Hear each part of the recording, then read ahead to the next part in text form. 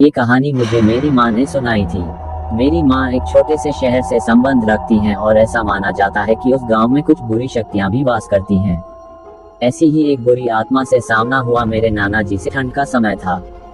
शहर में घना कोहरा छाया हुआ था। मेरे नाना एक बड़े अधिकारी थे।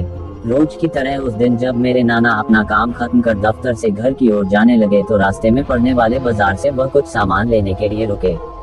उनके बाकी साथी आगे चले गए और वो पीछे छूट गए। सामान लेते लेते उन्हें टाइम का पता ही नहीं चला और जब नाना जी ने अपनी घड़ी देखी तो टाइम देखकर उन्हें लगा कि आज घर पहुंचने में बहुत देर हो जाएगी। उन्होंने सोचा जंगल के रास्ते अगर जाऊं तो जल्दी पहुंच जाऊंगा, इसीलिए उन्होंने जंगल की ओर गाड़ी घुमा ली। काफी अंधेरा हो गया था। नाना जी तेज गति के साथ गाड़ी चला रहे थे, लेकिन उनकी गाड़ी के एक आगे एक औरत आ गई। उन्हें झटके से ब्रेक मारनी पड़ी। जो औरत गाड़ी के सामने आई थी वह तेज तेज रो रही थी। नाना जी को लगा कि वह जरूर किसी मजदूर की पत्नी होगी जो रास्ता भटक गई है।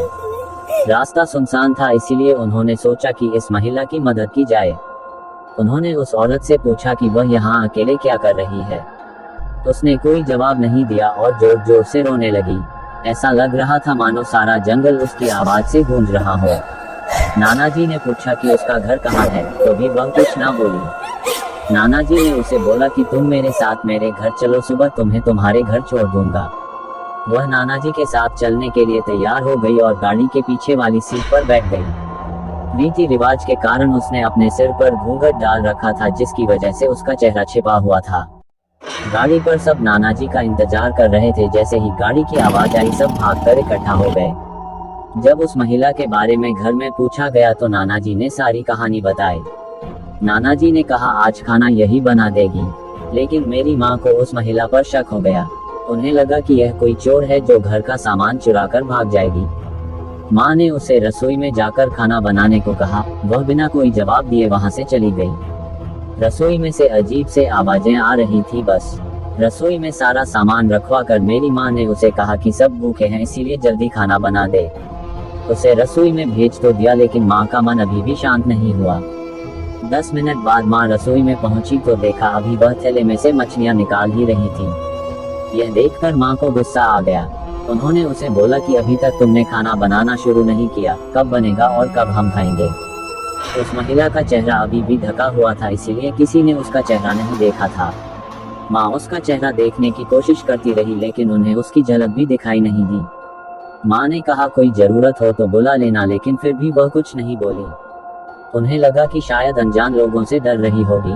माँ रसोई से चली गई, लेकिन जब 10 मिनट बाद वह फिर वापस आई तो रसोई का दृश्य देखकर माँ डर गई। उनके पैर जैसे वहीं जम गए। उनके गले की आवाज नहीं निकल रही थी।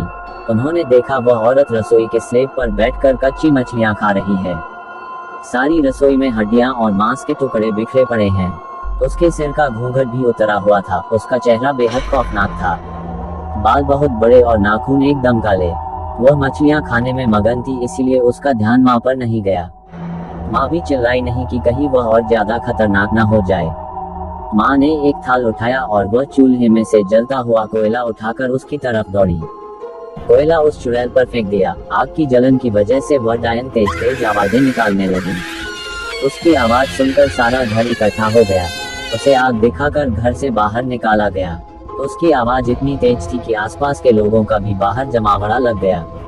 वह डायन लोगों की भीड़ को हटाते हुए जंगल की तरफ दौड़ी। सारे लोग डर के मारे कांप रहे थे और मेरी माँ की हिम्मत की दाद भी दे रहे थे कि अगर उन्होंने सही समय